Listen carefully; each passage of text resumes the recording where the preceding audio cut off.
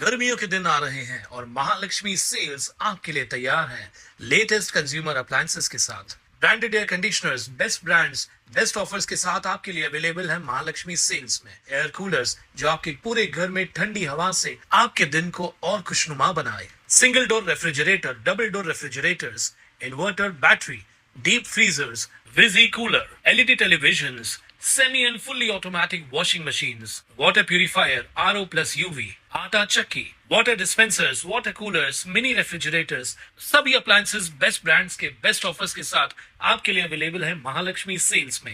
कल्याण डोंबिवली महानगरपालिका क्षेत्रातील वालधुनी येथील बुद्धभूमी जागेवरील दीर्घकाळ प्रलंबित वादावर राज्याचे समाज कल्याण मंत्री संजय शिरसाट यांच्या अध्यक्षतेखाली झालेल्या उच्चस्तरीय बैठकीत अखेर तोडगा निघालाय। बिहारमधील महाबोधी मंदिराच्या धर्तीवर आंतरराष्ट्रीय महाबोधी संकुल उभारण्याचा ऐतिहासिक निर्णय घेण्यात आलाय। या प्रकल्पासाठी स्वतंत्र विकास प्राधिकरण स्थापन करण्याचाही निर्णय घेण्यात आलाय। या निर्णयाची माहिती जनतेपर्यंत पोहोचवण्यासाठी सभागृह नेता अरुण शान, महानगर प्रमुख राजेंद्र चौधरी, रिपाई जिल्हाध्यक्ष नाना बागुल यांच्या नेतृत्वाखाली कॅम्प 3 मधील चोपडा चौकातील डॉ. बाबासाहेब आंबेडकर पुतळा येथे शिवसेना पदाधिकारी व कार्यकर्त्यांनी एकत्र येत खासदार श्रीकांत शिंदे यांचे आभार मानलेत। यावेळी माजी आमदार पप्पू कलानी, स्थायी समिती सभापती कलवंत सिंग सोता, उल्हासनगर पूर्व शहर प्रमुख सचिन कदम, कमलेश निकम, स्वप्नील बागुल यांच्यासह अनेक शिवसेना पदाधिकारी उपस्थित होते।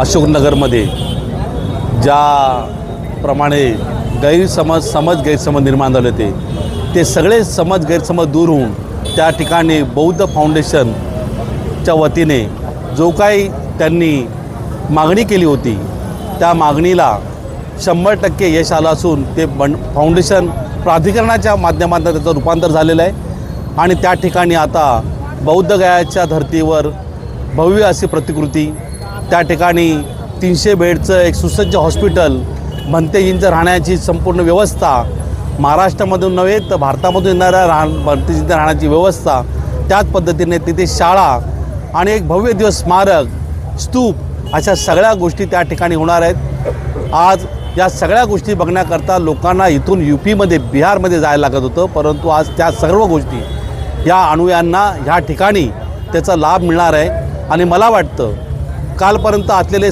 गैरसमज हे दूर होऊन आज फाउंडेशनच्या माध्यमातून आज घोषणा पण झाली आणि त्या प्राधिकरणाकडनं पैसेही सरकारने देण्याचं कबूल केलेलं आहे।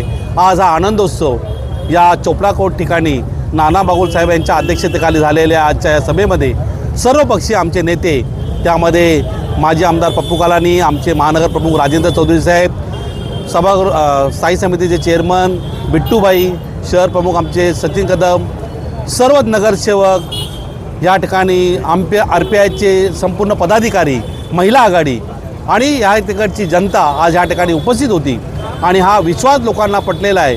या लोकसभेचे खासदार डॉ. श्रीकांत शिंदे साहेब ज्या दिवसापासून या ठिकाणी खासदार झाले तेव्हापासून त्यांनी ह्या संपूर्ण लोकसभेमध्ये आंबेडकरी चळवळीकडे असलेले असे संपूर्ण विषय त्यांनी हाताळले।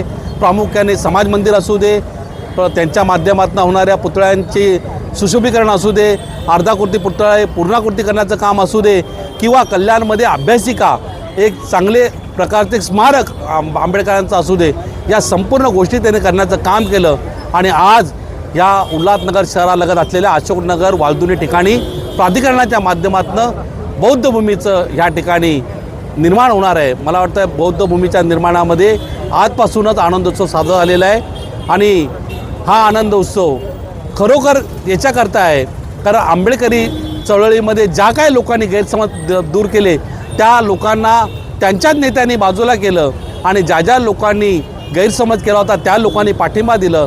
मग त्याच्यामध्ये सुरळकर सारंकर असू दे किंवा वंचितचे अध्यक्ष, जिल्हा अध्यक्ष असू दे, त्यांनीसुद्धा यासाठी पाठिंबा दिला। मी खरोखर या सगळ्यांचा आभार व्यक्त करतो आणि माननीय खासदार साहेब यांना शुभेच्छा देतो।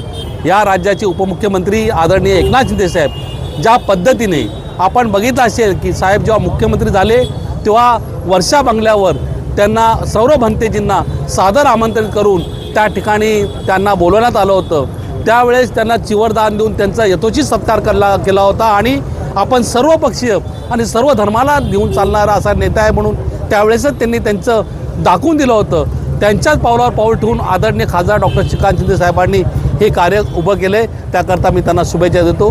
जय भीम, जय बुद्ध, जय भारत. तुम्ही 2 दिवसापूर्वी प्राधिकरण जाहीर केलं आहे, हे खरं आहे, पण तरीसुद्धा अद्यापही कल्याणमध्ये आंदोलनाची परिस्थिती कायम आहे. तर तुम्ही समाजाला काय आव्हान कराल? मी समाजाला हेच आव्हान करीन की कालपर्यंत आमचे मित्र सुरणकर यांनी त्यांची audio clip, video clip viral केलेली आहे. त्यांनी त्यांच्यामध्ये झालेला गैरसमज लोकांपर्यंत पोहोचवण्याचा एक सुस्पष्ट असा संदेश दिलेला आहे. आपण तो संदेश ऐकावा. आमचे उल्हासनगर शहरातले RPIचे नेते नाना बागुलजी यांनी त्यांच्या माध्यमातून ठिकठिकाणी समाजामध्ये बैठका घेऊन त्या समाजातल्या लोकांना दिशा देण्याचं काम केलेलं आहे. त्याच्यामधला गैरसमज दूर केला आहे.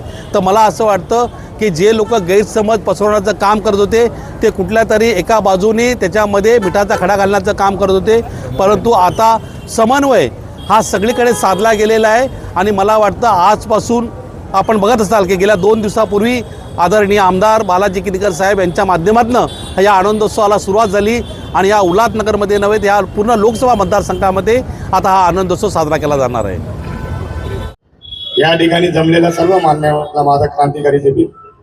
आणि अर्थात मी नाना बागुल साहेब आहे, आंबेडकर चळवळीतले दिग्गज नेते आहेत.